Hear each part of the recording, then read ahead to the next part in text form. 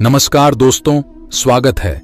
हर हर महादेव दोस्तों, सबसे पहले अपनी पूरी सच्ची श्रद्धा से कमेंट में लिखें जय मां लक्ष्मी। माता लक्ष्मी की कृपा से आपके घर में धन दौलत की बरकत होना शुरू हो जाएगी। दोस्तों, क्या आप भी अपने घर की सुख शांति, संतान की कमी या धन की कमी और कर्ज से परेशान हैं, या आपका भाग्य आपका साथ नहीं दे रहा है, या फिर आपके घर में लक्ष्मी का वास नहीं हो रहा है, आपके घर की सुख शांति में रुकावट आ रही है और आपके कार्य नहीं बन रहे हैं? तो दोस्तों, आज की इस वीडियो में एक बहुत ही महत्वपूर्ण जानकारी देने वाले हैं। जो भी महिलाएं रात में अपने पति के साथ सोती हैं, उन महिलाओं के लिए यह जानकारी बहुत ही जरूरी है। दोस्तों, जो महिलाएं अपने पति से नाराज रहती हैं या अपने पति के साथ नहीं सोती हैं, तो इस वीडियो को नजरअंदाज बिल्कुल भी मत कीजिएगा। इस वीडियो को आप लोग भी अंत तक जरूर देख लीजिए, क्योंकि यह महत्वपूर्ण वीडियो आप सभी के लिए बहुत ही ज्यादा महत्वपूर्ण है। इसलिए इस वीडियो को अंत तक देखें। चलिए वीडियो शुरू करते हैं। उससे पहले हे लक्ष्मी माताजी, जो भी आपके इस चैनल को सब्सक्राइब करें तो उसके घर में धन दौलत की कमी ना हो और उसका परिवार सदैव हंसता मुस्कुराता कुशल मंगल रहे। दर्शकों, किसी गांव में एक गरीब सेठ रहता था। जी हां, गरीब सेठ। आप सोच रहे होंगे, सेठ था और वह भी गरीब। ये दोनों विरोधाभासी शब्द एक साथ कैसे? यह सब भाग्य का खेल है। दोस्तों, हर इंसान के जीवन में कभी उतर कभी चढ़ाव आते हैं। उसी तरह दयाराम सेठ भी किसी जमाने में बहुत अमीर हुआ करता था और वह खूब दान धर्म और पुण्य भी किया करता था। लेकिन समय पलटा और वह धीरे धीरे अपना धन खोता गया और आखिरकार आज इस हालत में पहुंच गया कि लोग उसे गरीब सेठ के नाम से जानने लगे। लेकिन वह कहते हैं ना कि अच्छे कर्मों का फल देर सवेर ही सही मिलता। जरूर है ऐसा ही कुछ इस गरीब सेठ के साथ भी होने वाला था।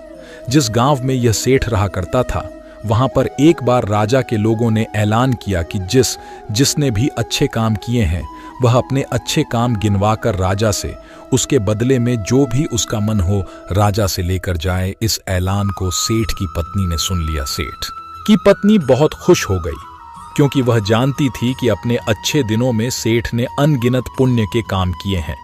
यह बात जब पत्नी ने सेठ को बताई तो सेठ भी खुश हो गया और बोला, अगर ऐसा है तो फिर हमें बहुत बड़ा इनाम मिलना चाहिए, क्योंकि हमारे अच्छे कामों की सूची बहुत बड़ी है। अगले दिन सेठ सुबह सुबह 4 रोटियां बांधकर राजा के महल की तरफ चल पड़ा। सेठ के घर से राजा का महल काफी दूर था। सफर लंबा था। आधे रास्ते में पहुंचने के बाद सेठ काफी थक गया। सेठ एक पेड़ की छांव के नीचे बैठकर आराम करने लगा और वहीं पर अपने साथ लाई रोटियां खाने की सोचने लगा। सेठ खाने की सोच ही रहा था कि तभी वहां पर उसके सामने एक गाय और उसके 2 बछड़े आए। सेठ के हाथों में रोटियां देखकर गाय और उसके बछड़े उसके सामने ही आकर खड़े हो गए और उनके हाव भाव से सेठ ने समझ लिया कि वह भूखी है और सेठ से खाना मांग रही है। अपने अच्छे दिनों में सेठ के पास काफी गाय थी, इसलिए गायों का व्यवहार सेठ अच्छे से जानता था। सेठ की स्थिति भले ही अभी अच्छी नहीं थी, लेकिन सेठ का स्वभाव बिल्कुल भी नहीं बदला था। वह पहले से ही परोपकारी था, इसीलिए उसको गाय पर दया आ गई और उसने अपने साथ बांध कर लाई। रोते में से 2 रोटियां गाय को खिला दी। कुछ ही क्षण में 2 रोटियां खाने के बाद गाय फिर से सेठ की तरफ देखने लगी तो सेठ के मन में विचार आया कि यह गाय ज्यादा भूखी लगती है। बेचारी को 2 बच्चों को दूध भी लाना होता है। इन 2 रोटियां से उसका क्या होगा? सेठ ने उसके पास बची बाकी की 2 रोटियां भी गाय को खिला दी। पास वाले तालाब से सिर्फ पानी पीकर सेठ अपने सफर में आगे बढ़ गया। राजा के दरबार में जब सेठ पहुंचा तो राजा ने पूरे दरबार के सामने सेठ से उसका नाम पूछा और अपने अच्छे कर्मों के बारे में बताने के लिए कहा। सेठ ने राजा को प्रणाम किया और अपने कामों के बारे में बताना शुरू किया।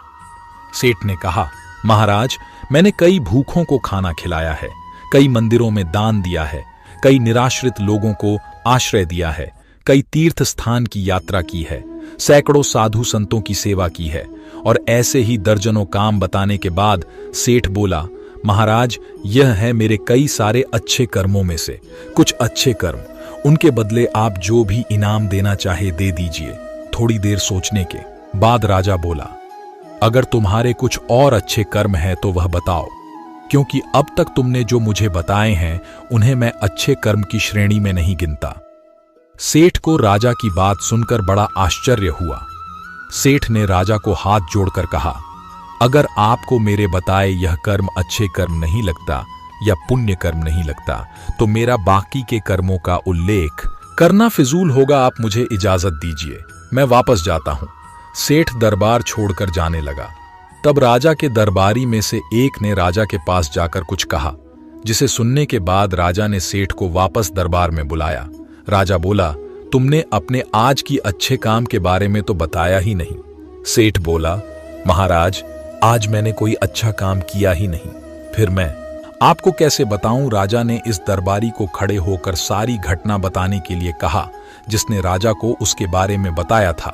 दरबारी खड़ा हुआ और बोला, महाराज, जैसे कि मैं आपको बताया, मैं उसी गांव में रहता हूं जहां पर सेठ आराम करने बैठा था और मैं वहां देखा कि कैसे इन्होंने अपना सारा खान पास आई गाय को खिला दिया और खुद बिना खाए सिर्फ पानी पीकर भूखे रहे। सेठ को पता चला कि राजा किस बारे में बात कर रहा था, तो सेठ ने राजा से कहा, किसी जानवर को खाना खिलाना कौन सा पुण्य का काम है, और इस बात को तो मैंने कब का भुला दिया था।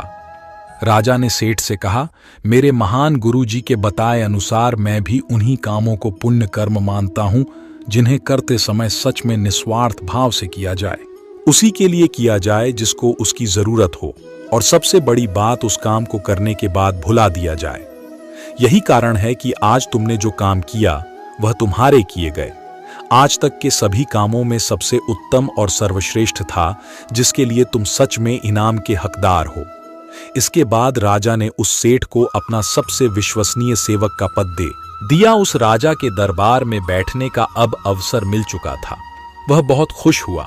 वह तुरंत जाकर के अपनी पत्नी से बताया कि भाग्यवान, आज मुझे राजा साहब ने बहुत ही बड़ा इनाम दे दिया। उन्होंने मुझे अपने यहाँ अपना सबसे करीबी सेवक के रूप में रखने को कहा है। यह सुनकर पत्नी खूब खुश हो गई और कहने लगी है, भगवान तेरा लाख लाख शुक्र है, आज तूने मेरी सुनी ली। अब सेठ राजा के निजी सेवक के रूप में राजा के साथ रहने लगा।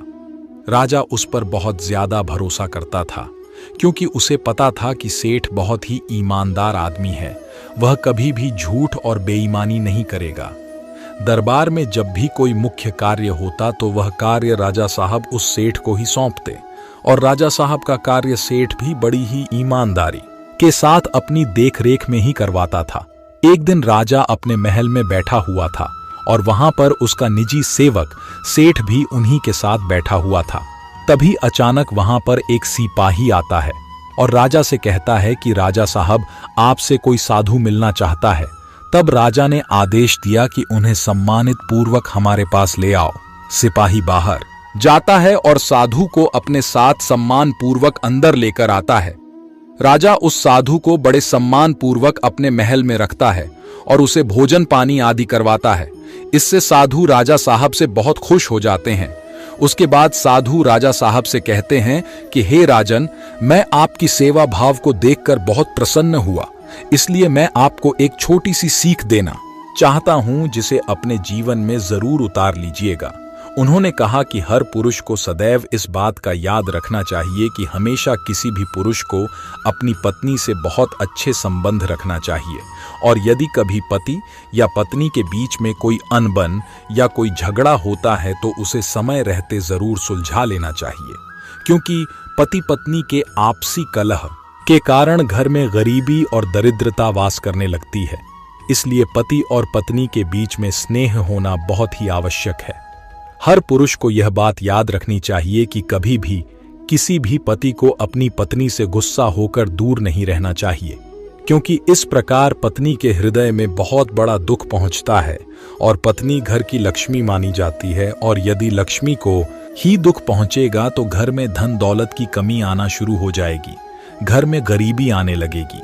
हर पति और पत्नी को सदैव पास रहकर एक साथ ही सोना चाहिए, क्योंकि एक साथ सोने से घर में धन दौलत और बरकत बढ़ती है, क्योंकि इससे माता लक्ष्मी भी प्रसन्न होती है।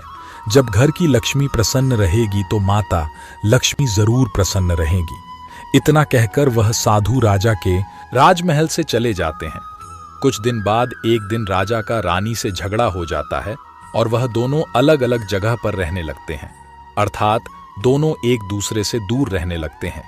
रानी अपने कक्ष में सोई थी, राजा अकेले अपने कक्ष में सोते थे, लेकिन रानी राजा को हर रात देखने के लिए उनके कक्ष में जरूर जाती थी। उन्हीं के महल में एक बहरूपिया भेष बदलकर सिपाही के रूप में रहता था, जो कि दूसरे दुश्मन राज्य का खुफिया दूत था। जब उसे पता चलता है कि राजा और रानी के बीच इस समय झगड़ा चल रहा है, तो वह इसका फायदा उठाने की कोशिश करता है और राजा को मारकर सारा राज्य हड़पने की कोशिश करता है। एक रात वह अपने कुछ साथियों के साथ राजा को मारने के लिए उस राजा के कक्षा में जाने को तैयार होता है, क्योंकि राजा अपने कक्ष में अकेला सोया हुआ था। उनके साथ उनकी रानी साहिबा भी नहीं थी।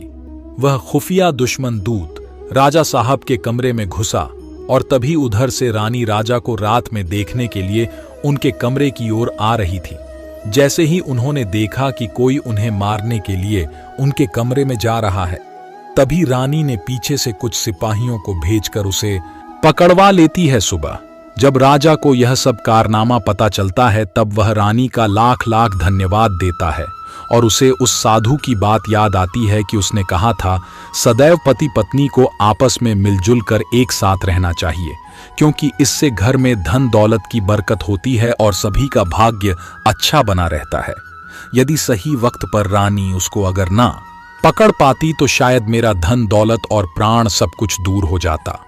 सच ही कहा जाता है कि घर की महिला स्वयं लक्ष्मी होती है और लक्ष्मी को हमेशा खुश रखना चाहिए, और यदि कोई पति अपनी पत्नी के साथ सोता है तो पत्नी हमेशा खुश रहती है और घर में सुख शांति धन दौलत की बरकत होने लगती है। दोस्तों, सभी लोग सच्ची श्रद्धा से कमेंट में लिखें, जय माता लक्ष्मी। माता लक्ष्मी की कृपा से आप सभी के घर में धन दौलत की कभी कमी ना हो। दोस्तों, ऐसी ही और इंटरेस्टिंग वीडियो देखने के लिए इस चैनल भगवान की महिमा को अब भी सब्सक्राइब करें और कमेंट सेक्शन में जय मां लक्ष्मी, हर हर महादेव, राधे राधे लिखना ना भूले।